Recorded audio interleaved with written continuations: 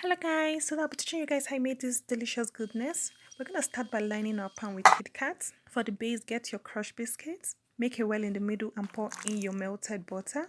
Mix till it's well incorporated. Get your pan back and scoop this base into it. Press down firmly and refrigerate. Now get an empty bowl. Pour in your whipped cream, your double cream. Whip till a stiff peak. Keep this aside. Now get another bowl. Put in your cream cheese, your icing sugar. Whip as well. Add in your chocolate and mix till it's well incorporated. Scoop in your whipped cream and fold. Now scoop in this mixture into your base. Smoothen the surface and refrigerate for at least 2 hours.